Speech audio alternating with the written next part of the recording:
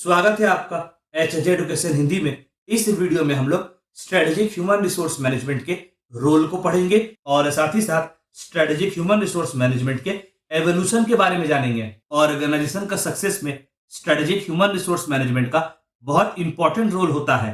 Strategic human resource management organisation में नए talents को अट्रैक्ट करने में हेल्प करता है, नए टैलेंट्स को रिटेन करने में हेल्प करता है, इंप्लॉइज के स्किल को डेवलप करने में हेल्प करता है, इंप्लॉइज का काम के प्रति इंगेजमेंट को बढ़ाने में हेल्प करता है, इंप्लॉइज के स्किल और नॉलेज को इनहेंस करने में हेल्प करता है और साथ ही साथ ऑर्गेनाइजेशन के परफॉर्मेंस को भी इंप्रूव करने में हेल्प करता है। ऑर्गेनाइजेशन में स्ट्रेटेजिक ह्यूमन रिसोर्स मैनेजमेंट का फॉलोइंग रूल्स होता है। पहला, procuring and holding talent. Organisation में बेस्ट टैलेंट्स को लाने में और रिटेन करने में, होल्ड करने में स्ट्रेटेजिक ह्यूमन रिसोर्स मैनेजमेंट का बहुत इंपॉर्टेंट रोल होता है।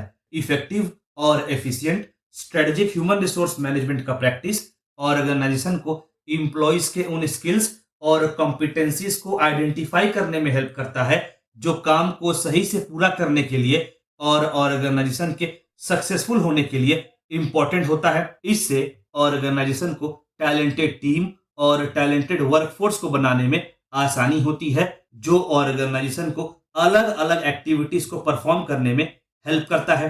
अगला, इंप्लॉय डेवलपमेंट। इंप्लॉइज के स्किल और नॉलेज को डेवलप करने में स्ट्रेटेजिक ह्यूमन रिसोर्स मैनेजमेंट का बहुत इंपॉर्टेंट रोल होता है। इफेक्टिव और efficient strategic human resource management की सहायता से यह जानना आसान हो जाता है कि इंप्लॉइज का स्किल और कॉम्पिटेंसीज में कहाँ कमी है और उसी अनुसार इंप्लॉइज को जरूरी ट्रेनिंग प्रोवाइड किया जा सकता है ताकि इंप्लॉइज का डेवलपमेंट हो सके। जब इंप्लॉइज के लिए ट्रेनिंग प्रोग्राम को सही से डिजाइन किया जाएगा तो उससे इंप्लॉइज का स्किल और नॉलेज तो इंप्रूव होगा ही, साथ ही साथ नए स्किल को भी एक्वायर कर पाएगा, नए स्किल्स को भी सीख पाएगा।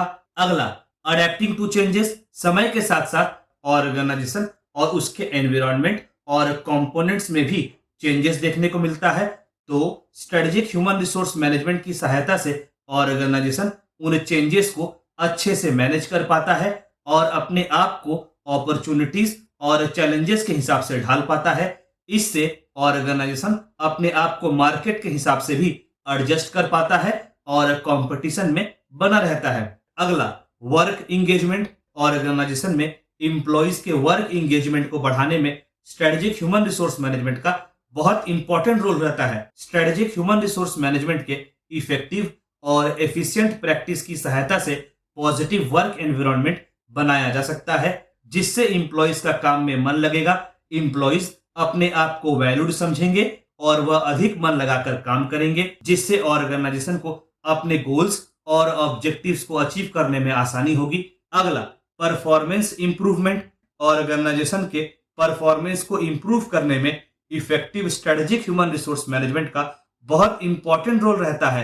Strategic human resource management organisation के ऑब्जेक्टिव्स को और ह्यूमन रिसोर्स के पॉलिसीज को एक दूसरे से सिंक कर देता है। मतलब ह्यूमन रिसोर्स के पॉलिसी को ऑर्गेनाइजेशन के ऑब्जेक्टिव्स के हिसाब से ढाल देता है, जिससे ह्यूमन रिसोर्स पॉलिसीज ऑर्गेनाइजेशन के गोल्स को अचीव करने में हेल्प करते हैं और ऑर्गेनाइजेशन का परफॉर्मेंस को भी इंप्रूव करते हैं। स्ट्रेटेजिक ह्यूमन रिसोर्स मैनेजमेंट वह प्रोसेस है जिसके माध्यम से ह्यूमन रिसोर्स के पॉलिसीज को इस तरह से फ्रेम किया जाता है, ह्यूमन रिसोर्स प्रैक्टिसेस को इस तरह से परफॉर्म किया जाता है ताकि ऑर्गेनाइजेशन अपने गोल्स को अचीव कर सके। स्ट्रेटेजिक ह्यूमन रिसोर्स मैनेजमेंट एक ऐसा प्रोएक्टिव अप्रोच है जिसके हेल्प से हाई परफॉर्मिंग टीम बनाने का प्रयास किया जाता है और पॉजिटिव वर्क एनवायरनमेंट क्रिएट करने का प्रयास किया जाता है। समय के बदलने के साथ साथ बिजनेस में बदलाव आया और बिजनेस से जुड़ा अलग अलग एनवायरनमेंट और कंपोनेंट्स में भी बदलाव देखने को मिला। इसकी वजह से स्ट्रेटेजिक ह्यूमन रिसोर्स मैनेजमेंट के प्रैक्टिस में भी बदलाव देखने को मिलता है ताकि स्ट्रेटेजिक ह्यूमन रिसोर्स मैनेजमेंट का प्रोसेस अपडेटेड रहे और मॉडर्न समय के जरूरतों को फुलफिल कर सके और मॉडर्न प्रॉब्लम्स को भी एड्रेस कर सके। समय के साथ साथ स्ट्रेटेजिक ह्यूमन रिसोर्स मैनेजमेंट में एवोल्यूशन भी देखने को मिलता है। स्ट्रेटेजिक ह्यूमन रिसोर्स मैनेजमेंट में एवोल्यूशन बिजनेस एनवायरनमेंट में चेंजेस की वजह से देखने को मिलता है। स्ट्रेटेजिक ह्यूमन रिसोर्स मैनेजमेंट का एवोल्यूशन अर्ली 1900 से देखा जा सकता है, जब इंप्लॉय का मैनेजमेंट केवल ऑर्गेनाइजेशन के पॉलिसी और प्रोसीड्यूर को मानने तक सीमित था। समय के साथ साथ स्ट्रेटेजिक ह्यूमन रिसोर्स मैनेजमेंट का कंसेप्ट भी इवॉल्व होता है और ह्यूमन रिसोर्स का प्रैक्टिस को ऑर्गेनाइजेशन के गोल्स और ऑब्जेक्टिव्स के हिसाब से ढालने का प्रयास किया जाता है। स्ट्रेटेजिक ह्यूमन रिसोर्स मैनेजमेंट के एवोल्यूशन को 4 फेजेस में पढ़ा जा सकता है। Phase 1 personnel management. 1900 के आसपास ऑर्गेनाइजेशन इंप्लॉइज के वर्किंग कंडीशन को इंप्रूव करने पर फोकस कर रही थी और इंप्लॉइज के लिए वेलफेयर स्कीम लाने का प्रयास कर रही थी। इसकी वजह से पर्सोनल मैनेजमेंट का उदय होता है। पर्सोनल मैनेजमेंट का प्राइमरी फोकस था रूटीन एडमिनिस्ट्रेटिव टास्क को हैंडल करना, जैसे कि इंप्लॉइज को हायर करना, इंप्लॉइज को फायर करना, पेरोल और बेनिफिट्स देखना। पर्सोनल मैनेजमेंट का प्राइमरी ऑब्जेक्टिव था लीगल रिक्वायरमेंट को मानना और इंप्लॉइज का काम से जुड़ा सेटिस्फैक्शन को मेंटेन करना। पर्सोनल मैनेजमेंट के समय इंप्लॉइज को स्ट्रेटेजिक एसेट नहीं माना जाता था। Phase 2 human resource management. 1960 के आसपास ह्यूमन रिसोर्स मैनेजमेंट नाम का कंसेप्ट इमर्ज होता है, जो पर्सोनल मैनेजमेंट से ज्यादा प्रोएक्टिव अप्रोच था।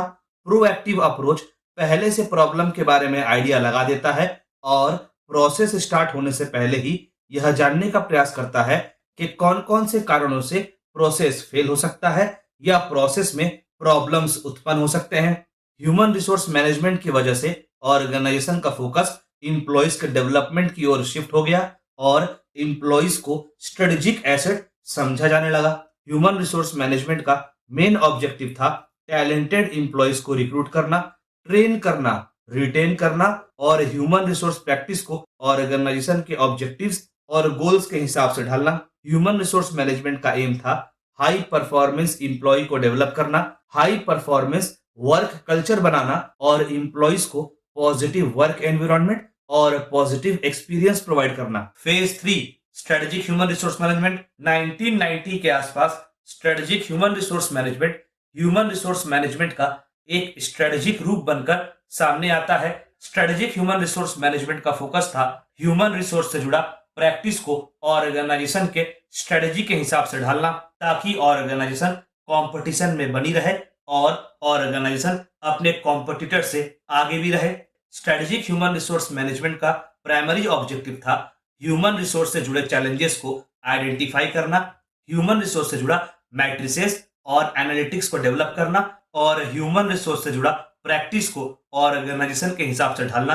स्ट्रेटेजिक ह्यूमन रिसोर्स मैनेजमेंट का मेन इम्फेसिस ह्यूमन रिसोर्स से जुड़ा स्ट्रेटेजिक प्लान बनाने में था, ताकि ऑर्गेनाइजेशन का मिशन और विजन को सपोर्ट किया जा सके। Phase 4 human capital management. Recent years में ह्यूमन कैपिटल मैनेजमेंट का कंसेप्ट सामने निकल कर आता है, जो ऑर्गेनाइजेशन में लोगों को मैनेज करने का एक ज्यादा कॉम्प्रिहेंसिव अप्रोच है।